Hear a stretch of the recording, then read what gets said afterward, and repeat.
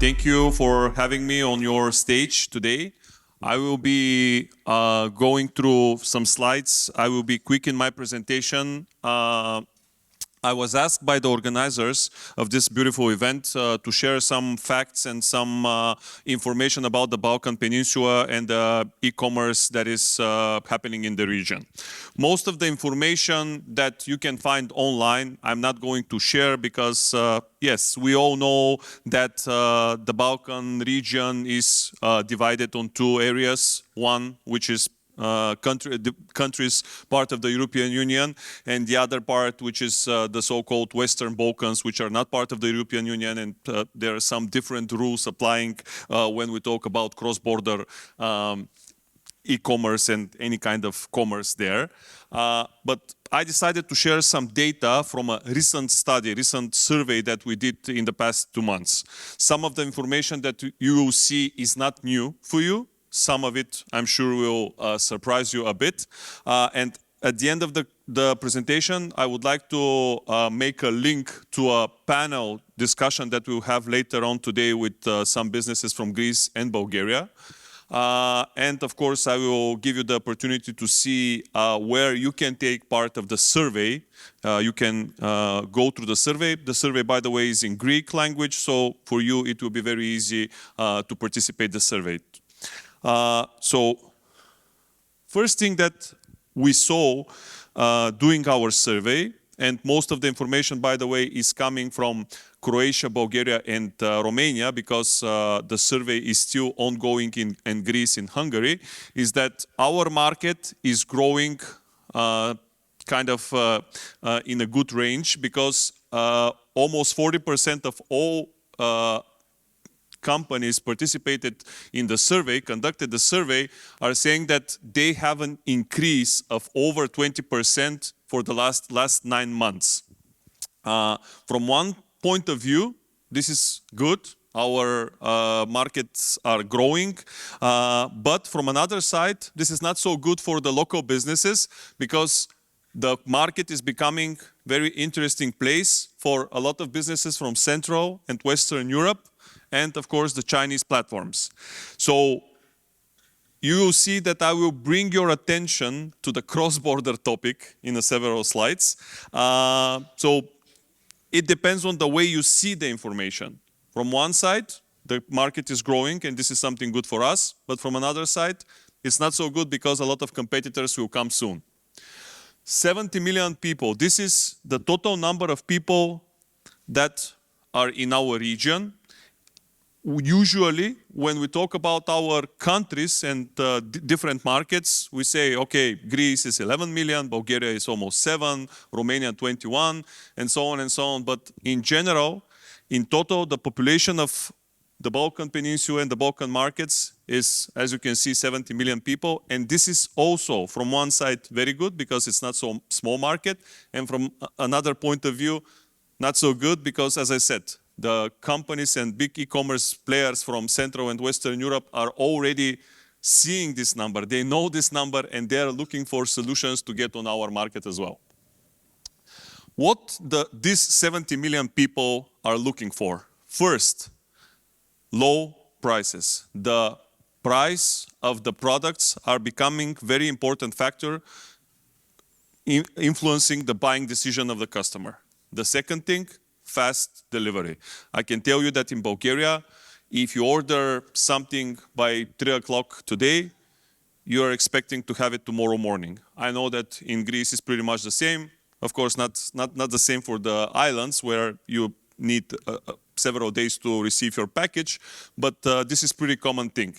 So the question here is, if we know that the customers are willing to have lower prices and fast delivery, what we can offer to actually be able to beat the platforms that are coming from the East, the big companies that are coming from Central Europe, and the ones that are coming from Western Europe. Because those markets are getting oversaturated already and dominated by big platforms, and they're looking for new markets where they can step. And trust me, our markets are the ones that they're looking at right now.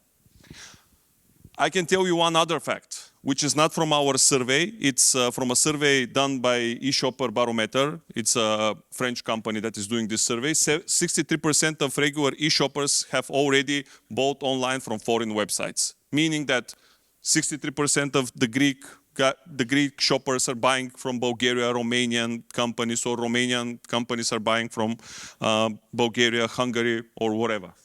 People are buying from different places because, as you saw, for them, the most important thing is the price and then the delivery speed. A few facts that I'm sure that you don't know.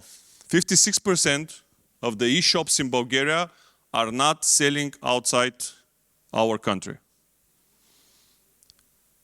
Something that I didn't put in the presentation, but another 38% are selling outside Bulgaria, but only 10% of their sales are coming from abroad.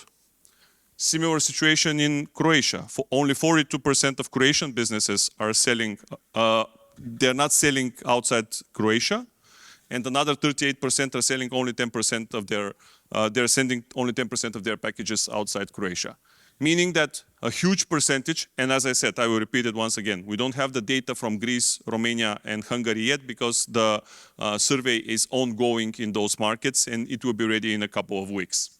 And by the way, it's anonymous and it's free, and if you sign up for it, you will be able to receive the results for free on your emails. So what these numbers are saying, a huge percentage of our e-shop owners are not selling abroad. They don't consider other countries as potential markets for them. They're looking only at their local markets. I will show you this slide pretty quickly to show you which are the product categories that are rising right now. So if you're in those categories, you should consider you should consider either pushing more or stepping on a new market. Those are shoes, beauty, food and beverages, grocery, furniture and home decoration, accessories and jewelries. As you can see, there is a decrease in books and medicine, which is, by the way, surprisingly for me, because medicine is, in my opinion, in some markets is growing up pretty fast.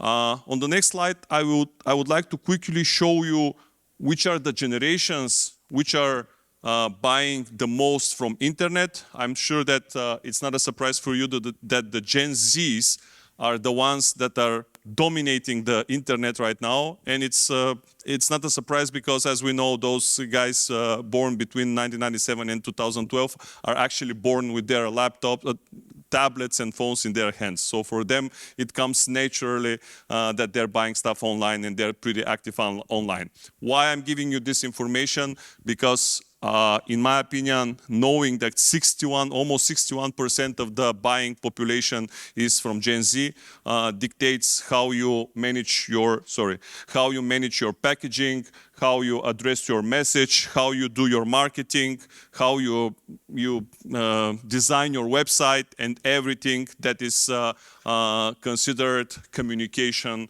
from your site. Also, the channels where you advertise and the channels you are performing your marketing.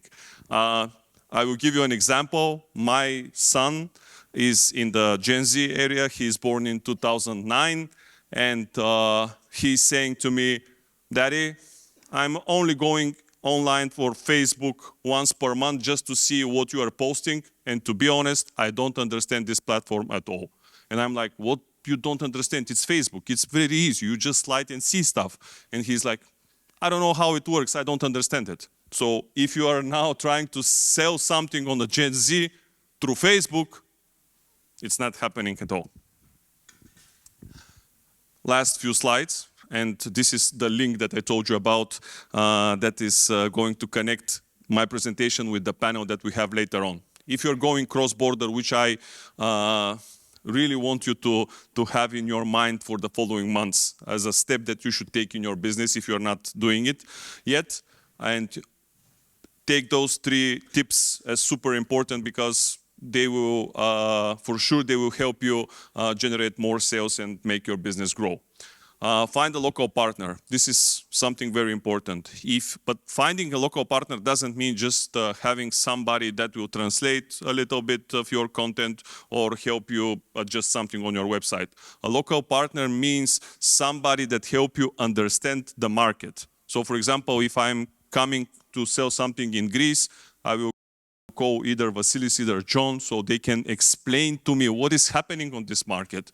What's the behavior of the buyers? Who is the prime minister? Who is the deputy minister? You need to know these details in order to be successful on a new market. Localize your content and store. Localizing your content and store doesn't mean only translate your content for social media or your listings on your website. It means put the proper payment solutions on your checkout, meaning put the local heroes for couriers. People don't want to buy from websites that they don't understand, where they see logos of payment solutions they don't know, and courier companies that they haven't seen in their life. So localizing meaning adapting the website in a way that it looks familiar to people and they trust. Last but not least, adjust your price and offering. I'm not saying go lower than your competitors on the market. I'm saying try to make sure that you are competitive with your prices, and if it's needed, just change the product, the catalog and the products that you're selling. I will give you an example. A friend of mine started selling sports goods from Bulgaria in Romania. He just tried a couple of products for kids. He was selling originally sports goods. He just started with a few products for kids. 10 years later, in Romania, he's selling only kid products. He's not selling sports products anymore in Romania. He's selling only kids products, toys and some other products for kids.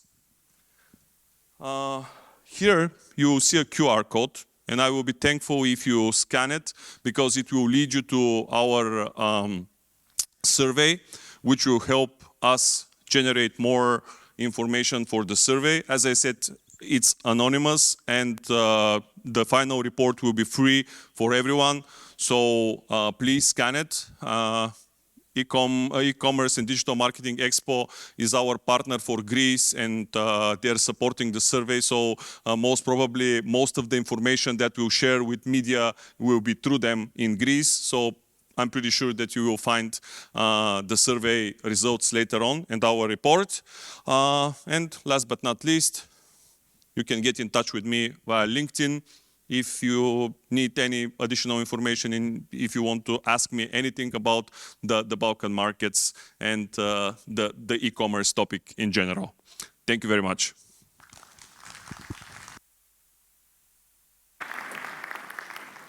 Nikola, is it true that in Sofia you have the exact monument, like a tower that we have in Saloniki?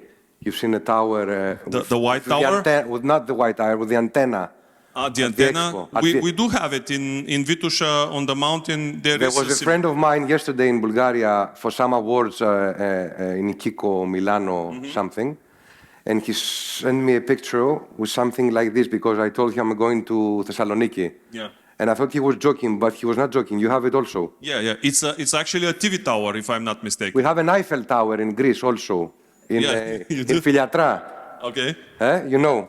Yeah. It's the same thing like this. Yeah. Thank you so much. Thank you. Thank you.